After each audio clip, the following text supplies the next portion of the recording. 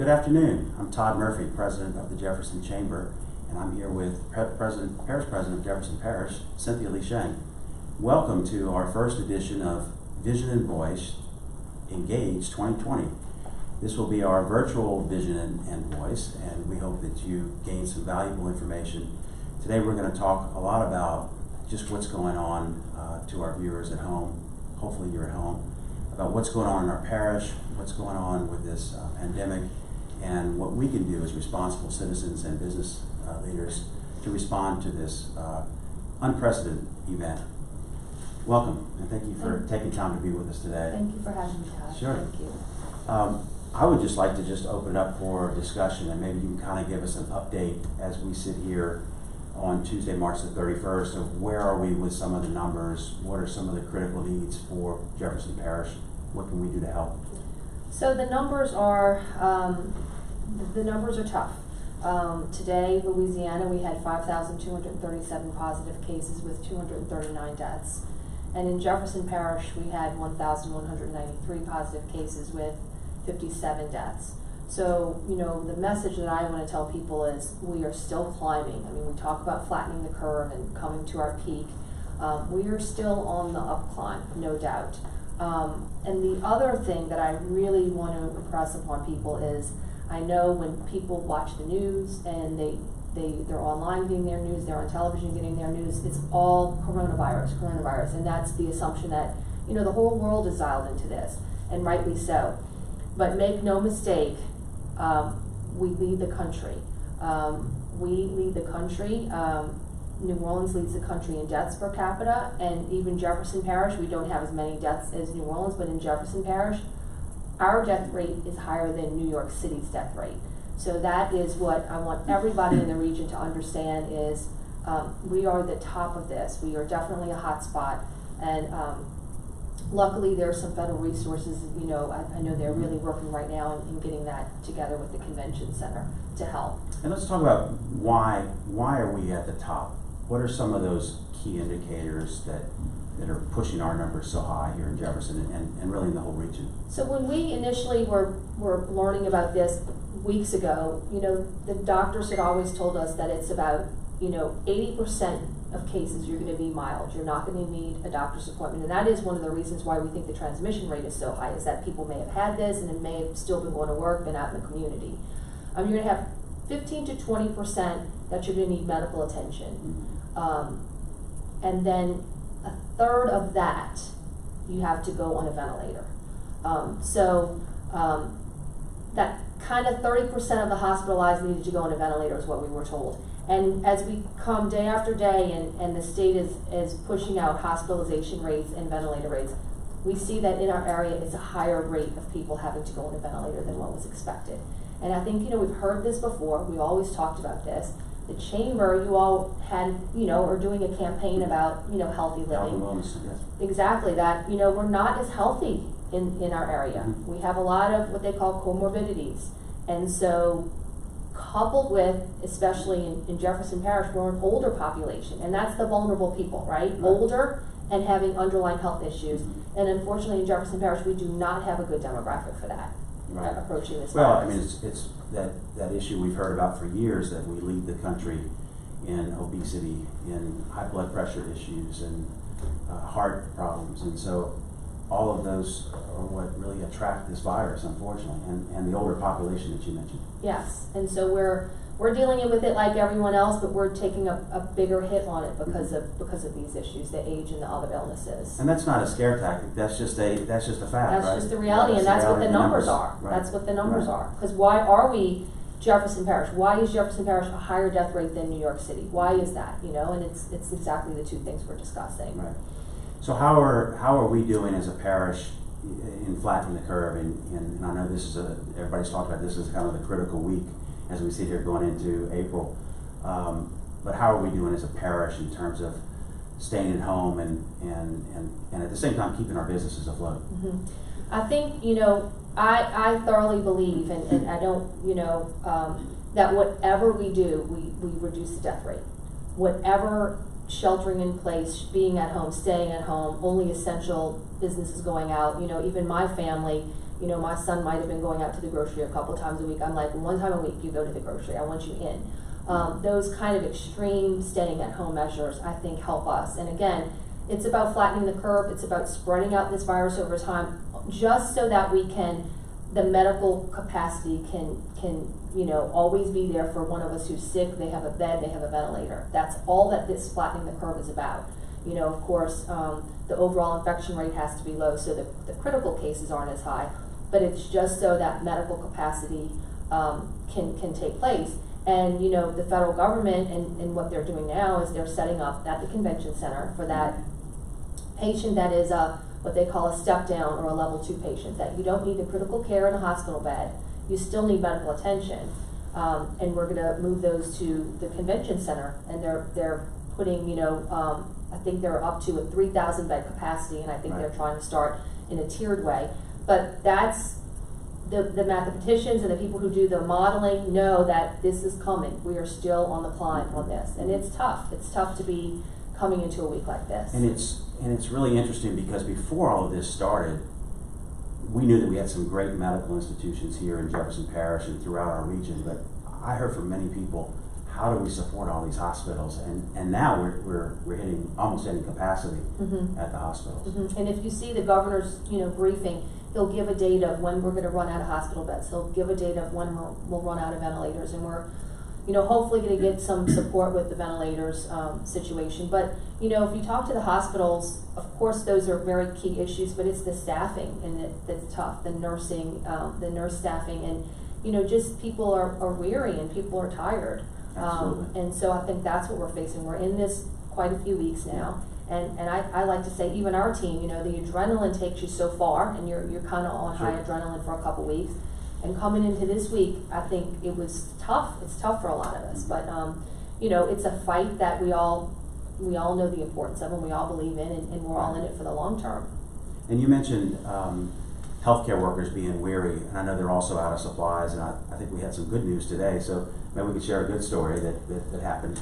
We had some beautiful news today, and if you're a person of faith, which I am, you know, we had, and I have to say, you know, I wonder if the two are related, but we had an absolutely beautiful virtual day of prayer in Jefferson Parish on Sunday, and I wanted that. We all wanted it. I felt like we needed it. Like I said, the adrenaline was taking us so high, but we needed to just stop and take a moment and pray. And many people were praying for all kind of relief. And then, you know, Lowe's today, which was such a wonderful gift. The Lowe's on Veterans donated a huge supply of the personal protective equipment and cleaning supplies for us. We filled up a truck, and we couldn't even fill up the truck, and we had another truck come by. So and that's all masks and products that they could have sold, right? That is the N95 masks and the gloves, and you know, the regional manager was just saying, you know, what the story was is that he had a friend who was a nurse, and the nurse, of course, they're running low on supplies in the medical community, and she would say, I go to Walmart and I see people wearing a mask shopping. That's not the riskiest, you know, thing that we do in this. It's the medical care workers. And he just said, we don't want to sell this to the general public. We want it to go where the need is the greatest, the people who are getting exposed to this virus, or who have to do their daily work perhaps getting exposed.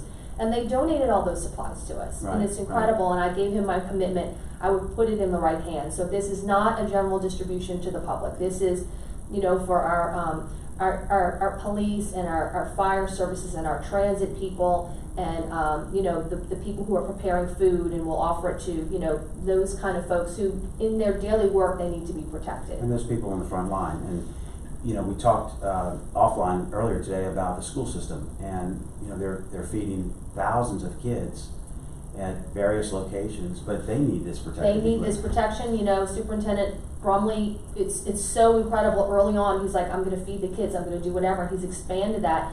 But he called me the other day, and he's like, if we don't have, you know, gloves, and if we don't have masks, I'm going to have to stop.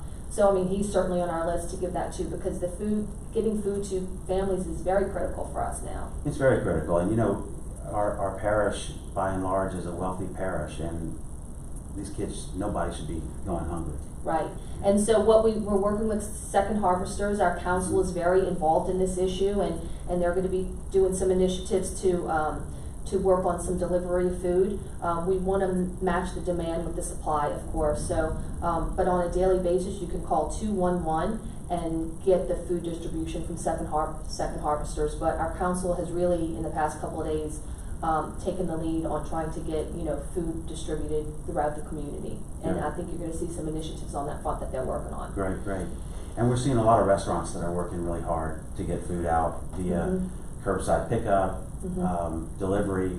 It's all packaged very special. Right. And I guess there's a protocol for that. But we're seeing a lot more of the restaurants really just trying to get more food out there to residents. Absolutely, and I'm hearing they're doing donations to the hospitals and Yes. to them, and it's just so very appreciated, because those medical personnel, I mean, we have no idea what they're going through. We really, Right. what they see on a daily basis, and really, how emotionally difficult it is for them, because the family members are not allowed to be there with their loved ones. So they're feeling more, not just that more volume, and this virus being just such a dangerous virus, but that emotional aspect too that they're having to carry, Sure. to fill that role. So we need to support them as much as Right. we can, because they really are on the front line of this. And that's something interesting you just said, and I don't think a lot of people really get that piece, is that if someone is in the hospital in whatever condition, they're not allowed to have visitors in that room. And so it's not like a regular hospital stay. And that's why we talk so much about it's not just about you, it's about your loved ones or other people that you may not even know that you could come in contact with and spread this virus. Absolutely, it's about trying to reduce the spread, but also it's about reducing the gloves and the masks that they would have to give you to be by your loved one. And so that's how much they're trying to conserve the supplies that we have. I mean, this is, like you said, this is very unprecedented times for us. Absolutely. Yes. Well, and I also want to point out that that our chamber is pushing out a lot of information. You can go to our website, jeffersonchamber.org. You can register your email address to get our newsletters and our updates. We put those out at least once a day. We're doing audio calls, webinars, a lot of social media just on how businesses and individuals can get help. This new legislation that came out of Congress this week is just huge for business owners. If you're thinking about laying off people, please go to our website and get information first. You can tune into a call. We've got a call scheduled tomorrow, April 1st, with Congressman Steve Scalise. We've got a webinar coming up later in the week with PostalNet and Postal Wait and Netterville CPA firm. So we're pushing a lot of information out to our businesses. Again, all that's at jeffersonchamber.org. I think social media's got a lot of really good information out there. It's also got a lot of misinformation. Exactly. And I think one of the things that we're trying to do as a chamber is to really give out factual information and not try to entice fear or spread rumors. And so to the extent that anybody that's listening can help us with that, because that's huge. I mean, in something like this, the last thing we need is more panic and more run on things that we shouldn't be panicking about, like toilet paper. Right. And the rumors are not good. Obviously, like you said, it just raises the anxiety, but it takes a lot of our time. Sure. We get the questions and we get the calls, and so it's not a good use of our resources either. I would like to mention, as we move on, we're talking about anxiety, and we're talking about stress and maybe grief in some instances. So there is a Keep Calm Through COVID line. That number is 1-866-310-7977. So it's sort of a mental health line that we encourage anyone struggling to make use of. And then Todd, sometimes feeling anxious and feeling a little helpless causes, brings up that kind of stress level. And so if you feel like if you turn it around in your head and you feel like I'm going to contribute to this problem, I'm going to help it. Yeah. So I would ask that people consider donating blood. I know the hospitals are asking for blood donations. And then also just consider giving to a nonprofit. Second Harvest Food Bank is expanding through the federal government to make sure that everybody has food.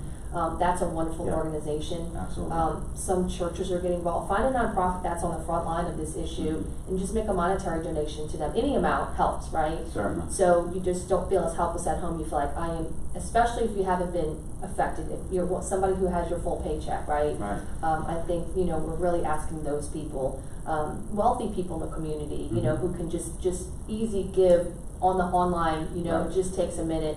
We're asking for that help. Yes. And you mentioned the blood drives. You think about all of the events that were postponed in this last 3 or 4 weeks, all those blood drives Yes. that all of these community groups had, including our chamber, have been postponed.